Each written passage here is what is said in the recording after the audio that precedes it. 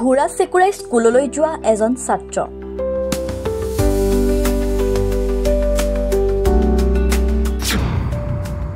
নাম যুৱৰাজ।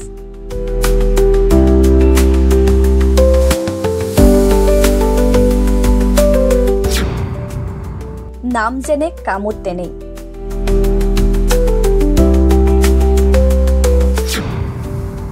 এজন যুৱৰাজৰ দৰে ঘোঁৰাত উঠি অহা যোৱা কৰে বিদ্যালয়লৈ।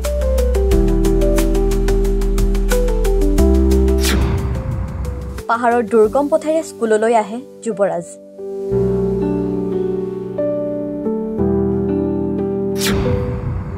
জৰাজীৰ্ণ বাট পথৰ বাবে ঘোঁৰাই সাৰথি যুৱৰাজৰ।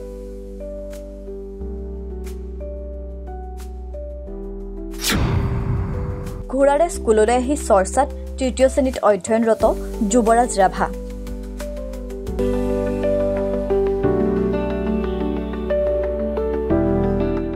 এজন ছাত্ৰক লৈ এতিয়া ৰাজ্যজুৰি চৰ্চা, কিয়নো দক্ষিণ পাণ্টান মধ্য ইংৰাজী বিদ্যালয়ৰ ছাত্ৰ যুৱৰাজ ৰাভা বিদ্যালয়লৈ আহে ঘোঁৰাত। প্ৰায় 4 কিলোমিটাৰ পথ ঘোঁৰা চেকুৰাই বিদ্যালয়লৈ আহে তৃতীয় শ্ৰেণীৰ ছাত্ৰজন। পাহাৰৰ টিলাৰ পৰা স্কুললৈ অশ্বাৰোহী যুৱৰাজ। সামাজিক মাধ্যমত ভাইৰেল হৈ পৰিছিল ছাত্ৰজনৰ ভিডিঅ'। জৰাজীৰ্ণ বাটপথৰ বাবে ঘোঁৰাই সাৰথি তৃতীয় শ্ৰেণীৰ ছাত্ৰগৰাকীৰ। ভৱিষ্যতে আৰক্ষী হোৱাৰ সপোন দেখা যুৱৰাজ ৰাভাই নিয়মীয়াকৈ 3 কিলোমিটাৰ অতিক্ৰমেৰে বিদ্যালয়লৈ আহে। অসম মেঘালয় সীমান্তৰ দুৰ্গম পাহাৰীয়া অঞ্চল দক্ষিণ কামৰূপৰ যুৱৰাজৰ আছে বহু সপোন, বহু লক্ষ্য। পাহাৰৰ দুৰ্গম পথেৰে স্কুললৈ আহে অসম মেঘালয় সীমান্তৱৰ্তী 6 গাঁৱৰ বৰবাকাৰা গাঁৱৰ যুৱৰাজ। সম্প্ৰতি স্কুললৈ ঘোঁৰাৰে আহি চৰ্চাত তৃতীয় শ্ৰেণীত অধ্যয়নৰত Yubaraj Rabha. News desk report, লেংডন বাতৰি। যুৱৰাজ ৰাভা। তুমি কোন তৃতীয় শ্ৰেণী? তোমাৰ স্কুলখনৰ নাম? দক্ষিণ পাণ্টান জনজাতীয় মধ্য ইংৰাজী বিদ্যালয়। তুমি সদায় ঘৰতে অহা যোৱা কৰা? আহোঁ। তোমাৰ ইয়াৰ পৰা স্কুলখনৰ পৰা ঘৰৰ দূৰত্ব কিমান? ঘৰলৈ কিমান দূৰ স্কুলখনৰ পৰা? দূৰ আছে। তোমাৰতো ঘৰৰ যিটো ৰাস্তা, তুমি পাহাৰীয়া ৰাস্তাই দি আহা, ঘৰত আহোঁতে কিবা অসুবিধা হয় নেকি? নহয়। অসুবিধা নহয়? আৰু বাকী খোজকাঢ়োতে অসুবিধা হয়? খোজকাঢ়ি আহোঁতে? হয়। খোজকাঢ়ি আহোঁতে অসুবিধা হয়? হয়। তুমি ভৱিষ্যতে কি হ'বা পঢ়ি শুনি? পুলিচ। পুলিচ? পুলিচ। তুমি মুখ্যমন্ত্ৰীক চিনি পোৱা নে আমাৰ অসমত? হিমন্ত বিশ্ব শৰ্মাক সকলোতে মামা বুলি মাতে।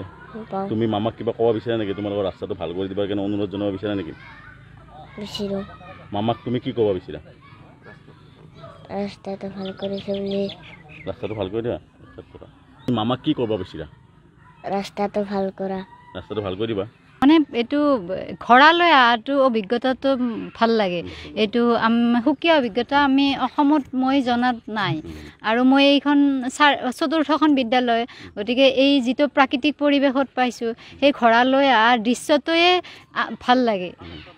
আৰু সি যিহেতু এখন পাহাৰীয়া দুৰ্গম এলেকাৰ পৰা বিদ্যালয়লৈ আহে, সেই ক্ষেত্ৰত খোজকাঢ়ি আহিলে বা চাইকেল লৈ আহিলে যথেষ্ট অসুবিধাৰ সন্মুখীন হয়। সেইকাৰণে দেউতাকে তাক এইটো ঘোঁৰাটো কিনি দিছে আৰু সি সদায় ঘোঁৰালৈ আহে। সেই প্ৰথমতেতো আমি আচৰিতেই হৈছিলোঁ। আমি গোটেইবিলাকে গৈ পেলাই চাইছোঁ, তাৰপিছত এক্সাইটমেণ্ট এটা আৰু ভাল লাগে।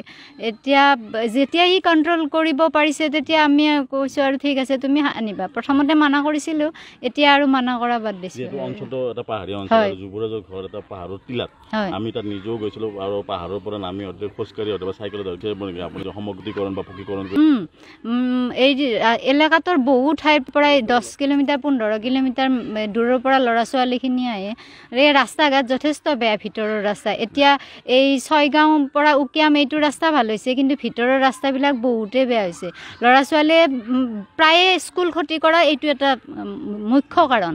আৰু মই এটা কথা ক'ব খোজোঁ, আমাৰ এইটো অঞ্চলত হাইস্কুলৰ এখন অভাৱ হৈছে, য'ত 8ৰ পৰা আমাৰ ইয়াতে 8লৈকে আছে। 8ৰ পৰা ল'ৰা ছোৱালীখিনি প্ৰায় আধা ল'ৰা ছোৱালীয়ে স্কুল বাদ দি দিয়ে হাইস্কুলৰ অভাৱত। যুৱৰাজে এটা সপোন দেখিছে ডাঙৰ হৈ পুলিচ হয়, বহুত ছাত্ৰ ছাত্ৰী আছে সকলোৰে এটা সপোন আছে সেই সপোনটো পূৰাবলৈ হাইস্কুল এখনৰ বিশেষ প্ৰয়োজন বহুতে প্ৰয়োজন কাৰণ ক্ষেত্ৰত শিক্ষামন্ত্ৰী বা মাননীয় মুখ্যমন্ত্ৰী কি ক'ব মুখ্যমন্ত্ৰী মহোদয়ক এইটোৱে অনুৰোধ জনাব খুজিছোঁ যে ইয়াতে যে যিকোনো প্ৰকাৰে এখন হাইস্কুলৰ অতিকে প্ৰয়োজন ল'ৰা ছোৱালীখিনিৰ ভৱিষ্যতৰ